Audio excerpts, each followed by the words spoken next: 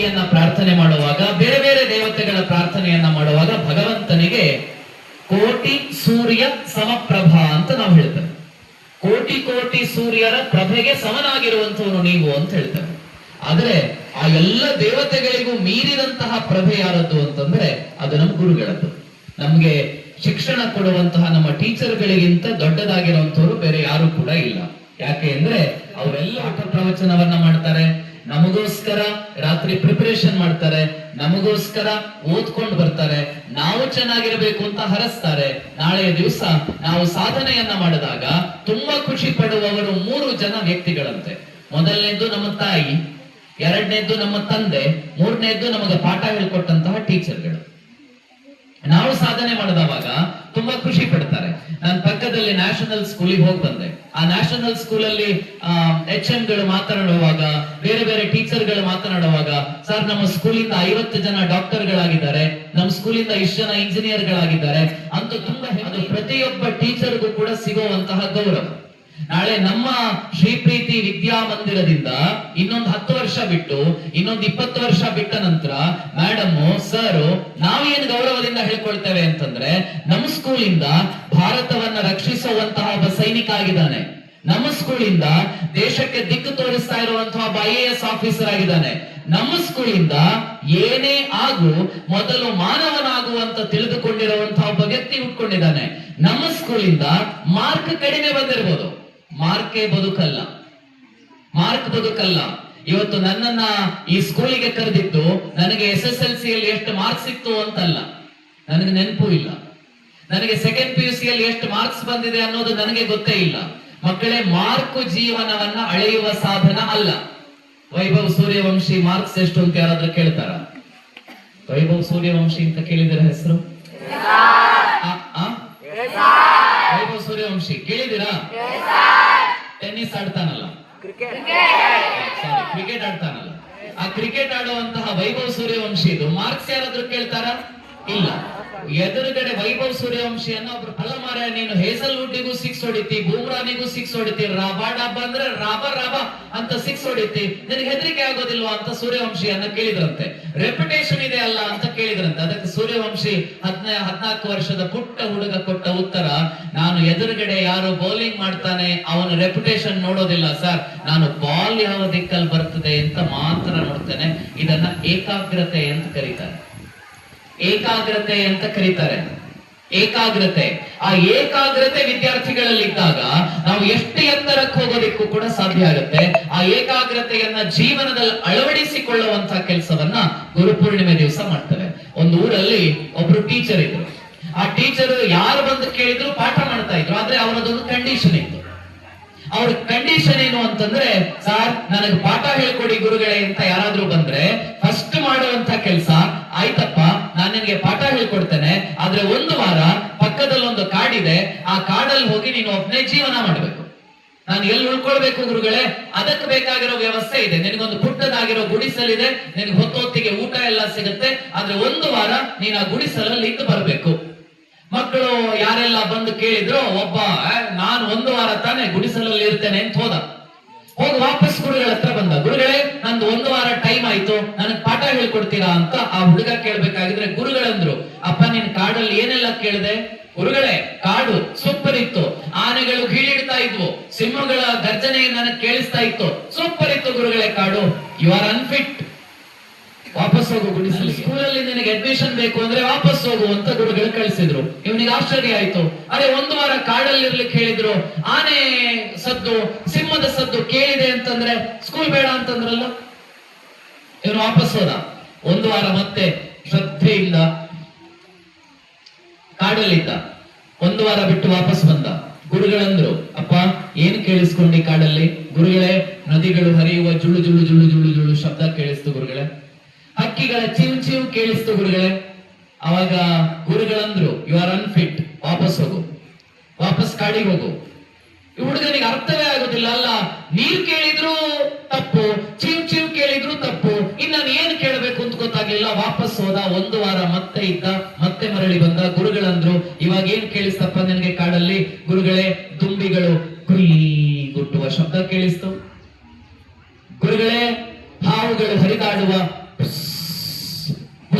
ಶಬ್ದ ಕೇಳಿಸ್ತು ಗುರುಗಳೇ.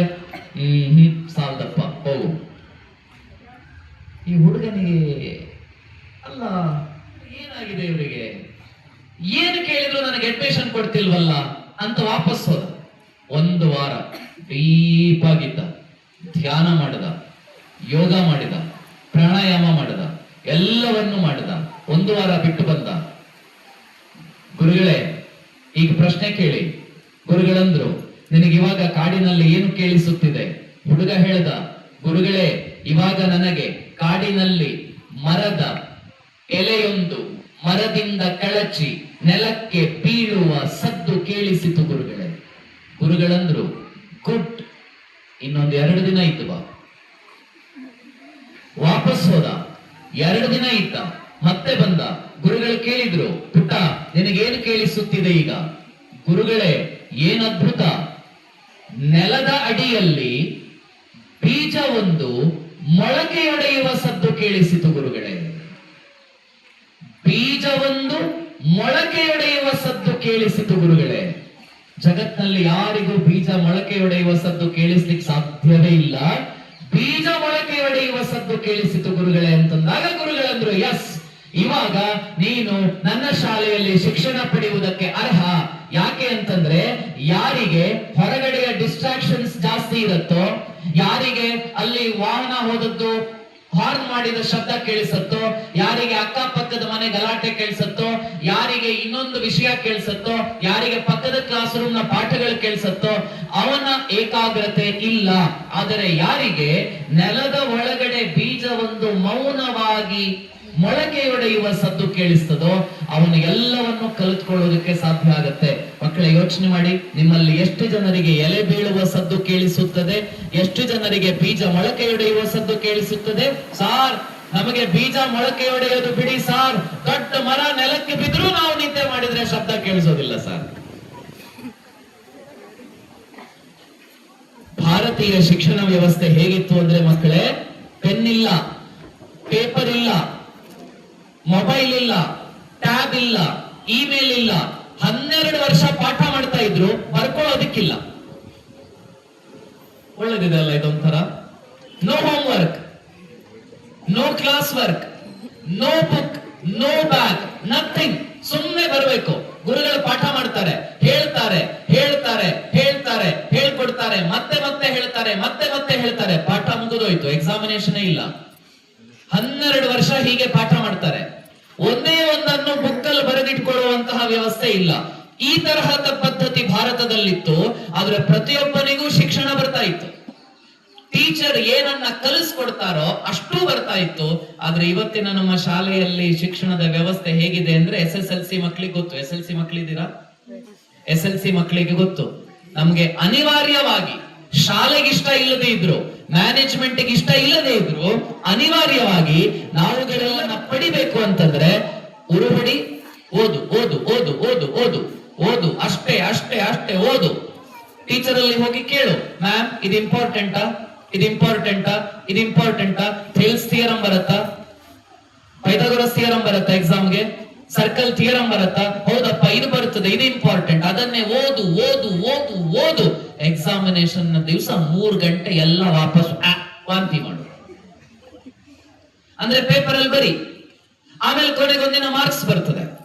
ಯಲ್ದೂರಿಗೆ ಪ್ರಥಮ ಸ್ಥಾನ, ಕೋಲಾರಕ್ಕೆ ಪ್ರಥಮ ಸ್ಥಾನ, ರಾಜ್ಯಕ್ಕೆ ಪ್ರಥಮ ಸ್ಥಾನ. 4 ಜನ ಬಂದು ಸನ್ಮಾನ ಮಾಡ್ತಾರೆ, ಹಾರ ತುರಾಯಿ ಹಾಕ್ತಾರೆ, ಜೀವನ ಮುಗಿದೋಯ್ತು ಅಂತ ಅಂದ್ಕೊಳ್ತೇವೆ.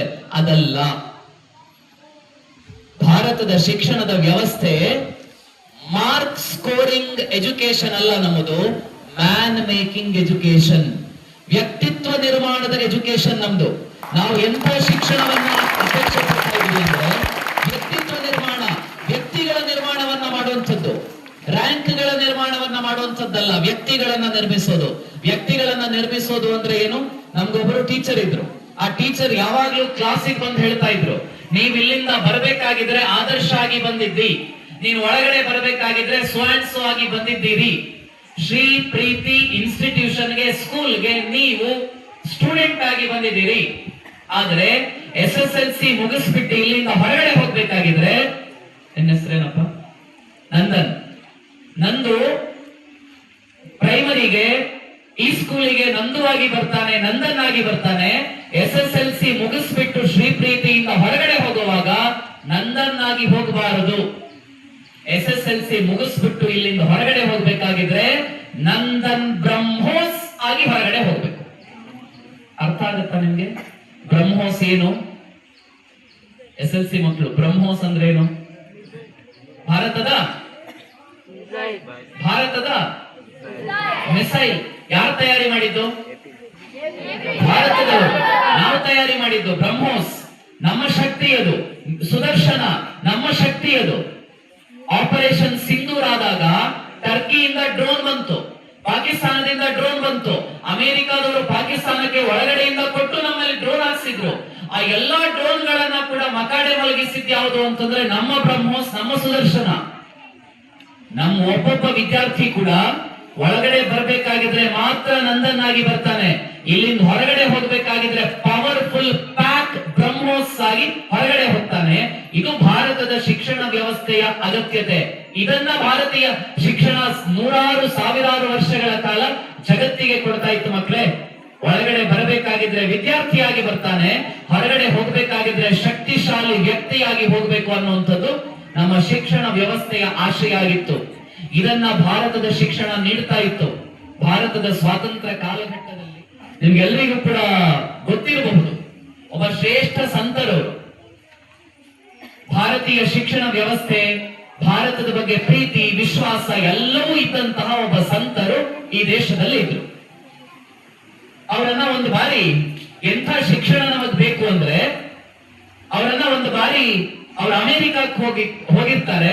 ಸ್ವಾಮಿ ವಿವೇಕಾನಂದರ ಶಿಷ್ಯ ಅವರು ಅಮೆರಿಕಕ್ಕೆ ಹೋಗಿ ವಾಪಸ್ ಭಾರತಕ್ಕೆ ಬರಬೇಕಾಗಿದ್ರೆ ಒಬ್ಬ ಅಮೆರಿಕಾದಲ್ಲಿ ಪ್ರಶ್ನೆ ಕೇಳ್ತಾರಂತೆ ಯುರೋಪ್ ಅಲ್ಲಿ. ಸ್ವಾಮಿ ರಾಮತೀರ್ಥ ಅಂತ ಅವರ ಹೆಸರು, ತೀರ್ಥರಾಮ ಗೋಸ್ವಾಮಿ ಅಂತ ಅವರ ಮೂಲ ಹೆಸರು. ಅವರು ಮ್ಯಾಥಮೆಟಿಕ್ಸ್ ಟೀಚರ್ ಆಗಿದ್ರು. ಪಾಠ ಮಾಡೋದನ್ನ ಆಮೇಲೆ ನಿಲ್ಲಿಸ್ಬಿಟ್ಟು ಸನ್ಯಾಸ ಸ್ವೀಕಾರ ಮಾಡ್ತಾರೆ. ಸಂತ ರಾಮತೀರ್ಥ ಅಂತ ಅವ್ರ ಹೆಸರು. ಸಂತ ರಾಮತೀರ್ಥರನ್ನ ಒಬ್ಬರ ಪ್ರಶ್ನೆ ಮಾಡಿ ಕೇಳ್ತಾರಂತೆ, ಸ್ವಾಮಿ ರಾಮತೀರ್ಥರೇ, ಪ್ಲೀಸ್ ಡಿಫೈನ್ ಯುವರ್ ನೇಷನ್.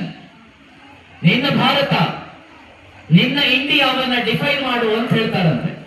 ನಿಮ್ಮ ಹತ್ರ ಯಾರಾದ್ರೂ ಪ್ರಶ್ನೆ ಮಾಡಿ ಕೇಳಿ, ಭಾರತ ಎಲ್ಲಿದೆ ಅಂತ ಕೇಳಿದ್ರೆ ನೀವೇನ್ ಹೇಳ್ತೀರಿ ಉತ್ತರ?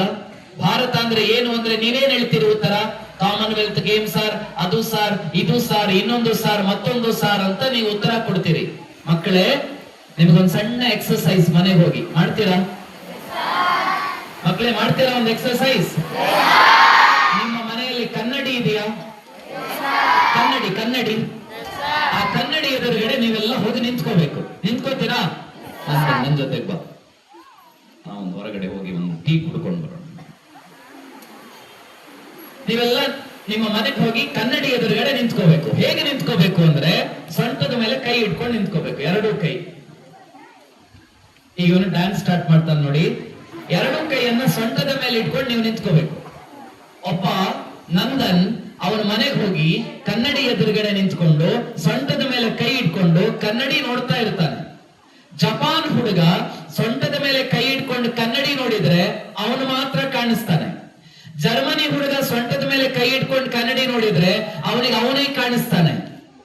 ಪಾಕಿಸ್ತಾನದ ಹುಡುಗ ಸೊಂಟದ ಮೇಲೆ ಕೈ ಇಟ್ಕೊಂಡ್ರೆ ಅವನಿಗೆ ಅವನು ಮಾತ್ರ ಕಾಣಿಸ್ತಾನೆ. ಆದ್ರೆ ನಂದು ಸೊಂಟದ ಮೇಲೆ ಕೈಯನ್ನ ಇಟ್ಕೊಂಡು ಕನ್ನಡಿ ನೋಡಿದ್ರೆ ಹೊರಗಡೆ ಇರೋದು, ಒಳಗಡೆ ಇರೋದು ಭಾರತ. ನೋಡಿ, ಅವನು ಯಾರವನು? ಅಲ್ಲ, ಯಾರವನು?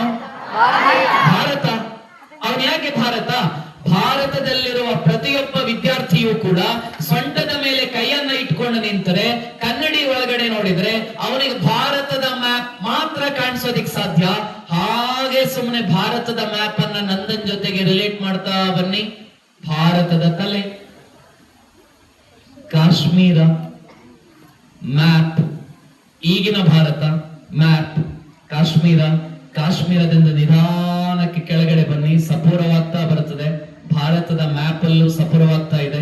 ಅಲ್ಲಿಂದ ಕೆಳಗಡೆ ಇಳ್ಕೊಂಡು ಹೋಗ್ಬೇಕಾಗಿದ್ರೆ ನಿಧಾನಕ್ಕೆ ವಿಸ್ತಾರವಾಯ್ತು. ಒಂದು ತುದಿ ಅಸ್ಸಾಂಗೆ ಹೋಗಿ ಸೇರಿತು, ಇನ್ನೊಂದು ತುದಿ ಗುಜರಾತ್ ಹೋಗಿ ಸೇರಿತ್ತು. ಸೂರ್ಯ ಉದಯವಾಗುವ ನೆಲಕ್ಕೆ ಬಂದು ಸೇರಿತು.